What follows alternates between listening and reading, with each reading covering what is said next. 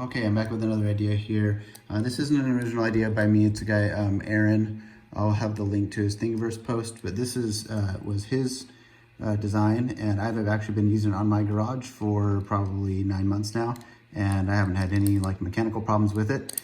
And I actually reached out to him and asked if, because I've had a few people direct message me and ask me to print this, and I'm not necessarily comfortable with like printing somebody else's design and without their permission. So I asked him and he said that that'd be fine. I printed it and I think it's great. However, there were a few things that I thought I could improve on after I printed it and kind of just played around with it a little bit.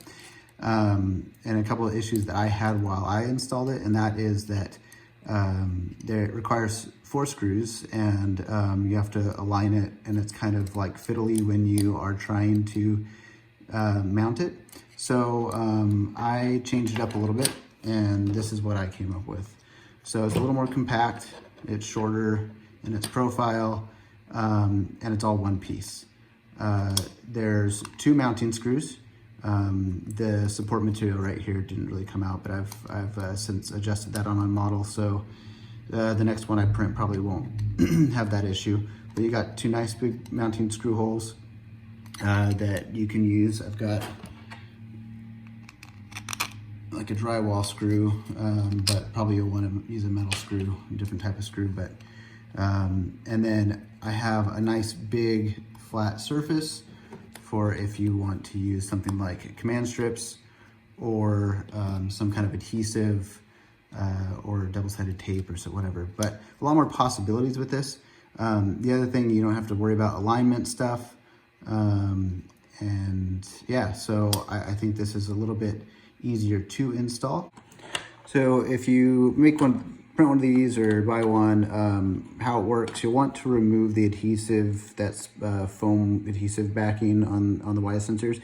I tend to not like to work around that stuff, just because if you end up pulling them off of a wall or something, you got to get rid of it anyways. So I like to build my brackets without that involved.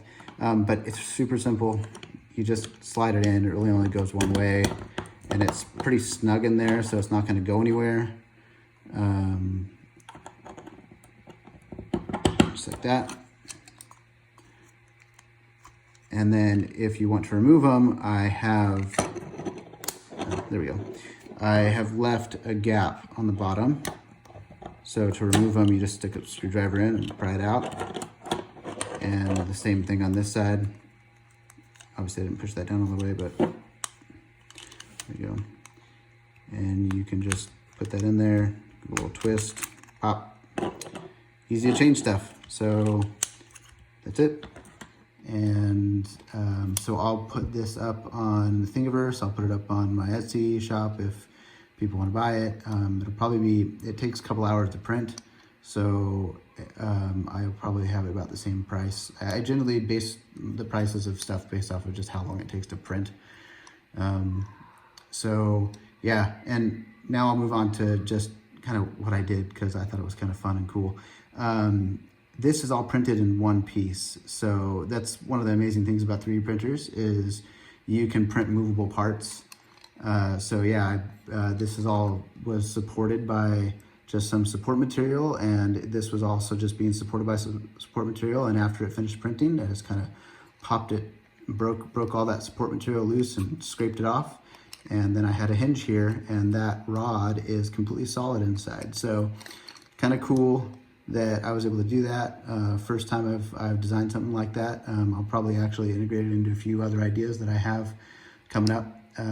So yeah, let me know your feedback and what you think, and share it if you like it. And hopefully I'll be back soon with something else.